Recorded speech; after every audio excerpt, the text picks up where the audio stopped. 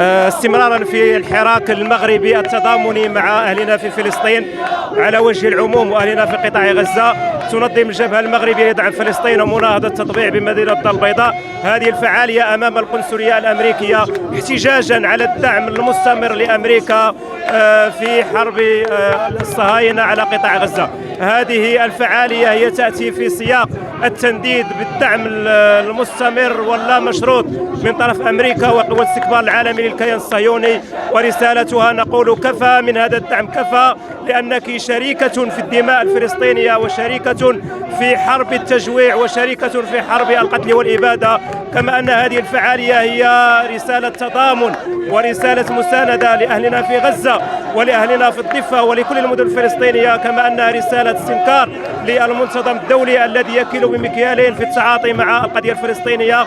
فتحية للشعب الفلسطيني الأبي المقاوم، وتحية لكل الأحرار ولكل الشرفاء، والخزي والعار لكل من خان القضية الفلسطينية وكل من يقف اليوم متفرجا على الدماء التي تسيل في غزة.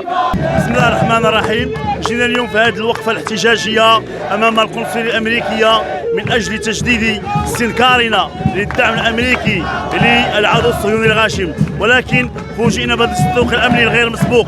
نقول للدولة المغربية تراجع عن هذه المقاربة الأمنية، فالشعوب عندما تخرج من أجل التضامن مع الشعب الفلسطيني والتضامن مع هذه الأمة فمن مبادئها السلمية السلمية السلمية.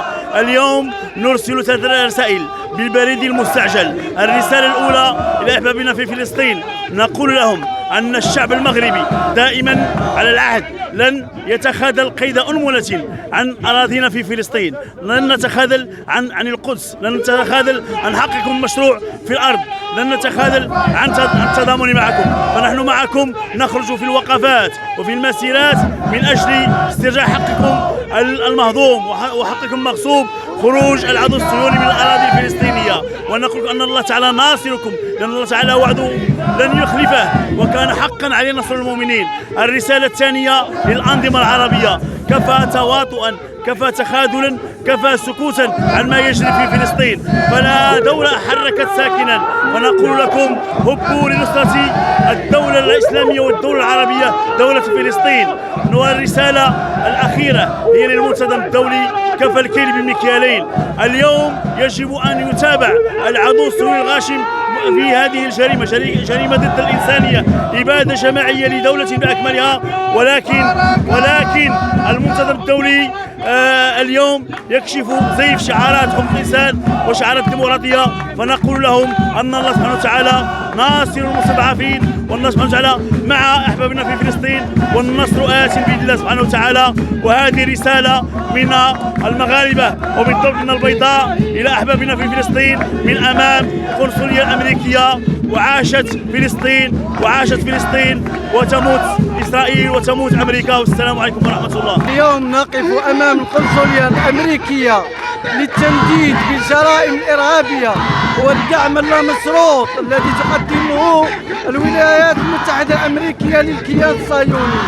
اليوم الشعب المغربي يخرج في مدينة الدار البيضاء للتعبير عن التضامن اللامشروط مع الشعب الفلسطيني، ويندد كل المجازر الصهيونية في حق إخواننا في غزة. اليوم نقول كفى للدعم الأمريكي للكيان الصهيوني. نقول كذلك للمنتظم الدولي وللأمم المتحدة، كيف تقفين عاجزة عن جرائم الكيان الصهيوني؟ وفي جدران الأمم المتحدة مكتوب عليها: متى استعبدتم الناس وولدت أمهاتهم أحرارا. كيف نجعل من إخواننا غزة لقمة سائغة للكيان الصهيوني في زمن شعارات الديمقراطية وشعارات حقوق الإنسان؟ نجد أن العالم الآن يتفرج عن جرائم الكيان الصهيوني. نقول من الدار البيضاء، من قلب الدار البيضاء ومن أمام القنصلية الأمريكية، أن الشعب المغربي رافض لهذا الانحياز الظالم للأمريكان تجاه إخواننا.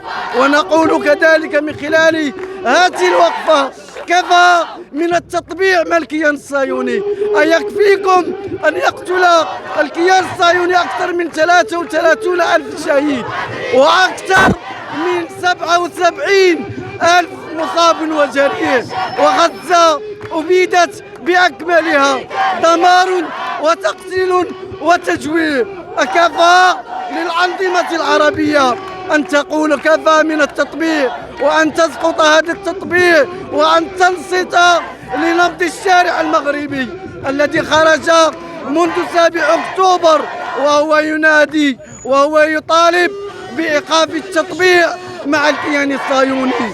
ونقول كذلك من ساحة الدار البيضاء كيف اعتقالا لمناهضي التطبيع، نقول كفى اعتقالا وتضييقا على حرية التعبير، ونقول الإطلاق الفوري والسراح الفوري للمعتقلين، معتقلي مناهضي التطبيع.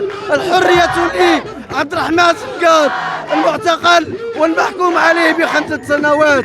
الحرية لسعيد بوكيوط المحكوم ب5 سنوات كان في الابتدائي و2 في الابتدائية.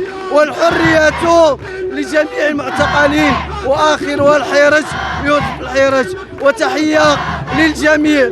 وكذلك تذكر الحرية لمصطفى دكار معتقل مدينة أتمور، معتقل الذي ناهض التطبيع ويدافع عن المستضعفين في هذا البلد. وتحية لكل منابر الإعلاميين الحرة.